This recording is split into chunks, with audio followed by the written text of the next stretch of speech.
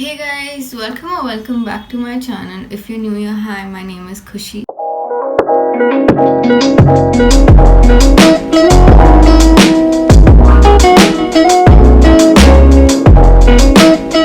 You're not a procrastinator. You have a habit of procrastinating. All habits have three parts.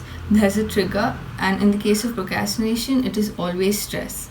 And then there comes a pattern which you repeat, and in the case of procrastination, it is avoid doing something. And then there comes reward. This gives you a little stress relief. The only way to stop procrastinating is to never deal with the trigger. You can never get rid of the stress which you have in your life. The only thing you can change is the pattern of avoiding things. You just have to start. For me, it is not that I don't want to work, it's the problem of starting. There are two things that we could think about before starting. First is that the work which we are doing is not as hard as we think it is. Second is that the opportunity we are getting right now to study, to work, is not the opportunity that many people have. Not many people are exposed to such an information. We should be happy and we should celebrate this. And third is work itself can give us satisfaction. It's not something that you just have to do and then move on.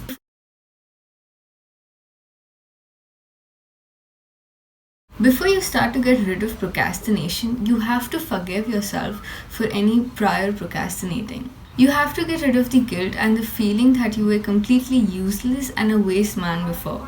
When we do not have an expectation that we can achieve from the goal we set out to do, we are much more likely to procrastinate on it. Let's take an example.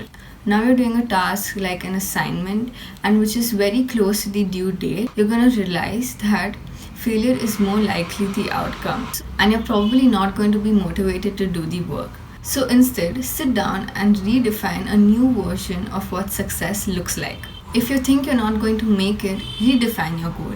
Don't force your goals. Make it realistic but also not too easy, because then you won't be motivated to do it for different reasons.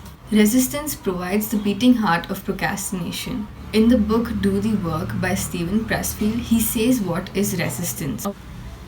He says that resistance cannot be seen, heard, touched or smelled, but it can be felt. We experience it as an energy field radiating from a work in potential. Resistance is a repelling force. It is negative. Its aim is to shove us away, distract us, prevent us from doing our work. So how can we overcome this battle of procrastination or resistance? It is never as difficult as we make it out to be. I know the longest I can get past the first 30 minutes of studying, things will get easier. If I just commit on sitting down and studying for 30 minutes, I know that things will get easier and slowly will fall into its place. To get into the flow state, your body needs to produce dopamine. Pattern recognition also produces dopamine, which is lining of ideas together. So you want to start with easy, less effort work to get into the flow state. One technique which might help you is the Pomodoro technique.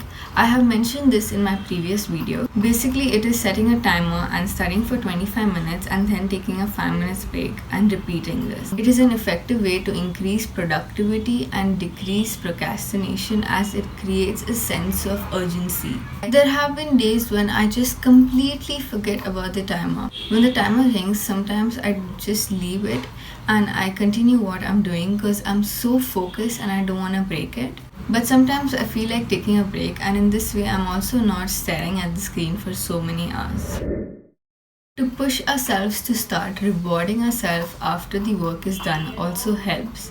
It could be playing video games, talking to your friends, playing football or any kind of sports, or also just reading a book.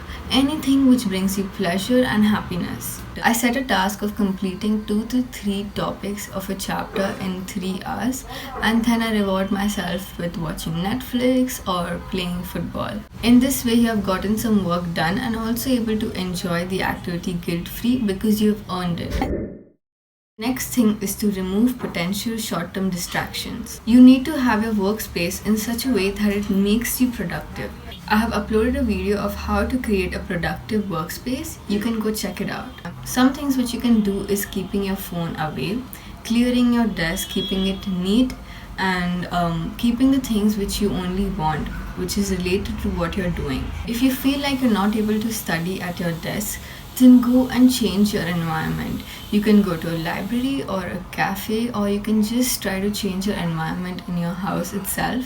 Like instead of studying on your desk, you can go and study in the sofa, or you can study on the dining table, and etc. Also, it is a good idea to write down your task you want to complete few hours before of starting the work, or also a night before. When you actually sit and want to start to work, you don't want to waste your time thinking what you should start with. Also, if we know what all things need to be done, we won't do some other easy work instead of doing the work which actually needs to be done.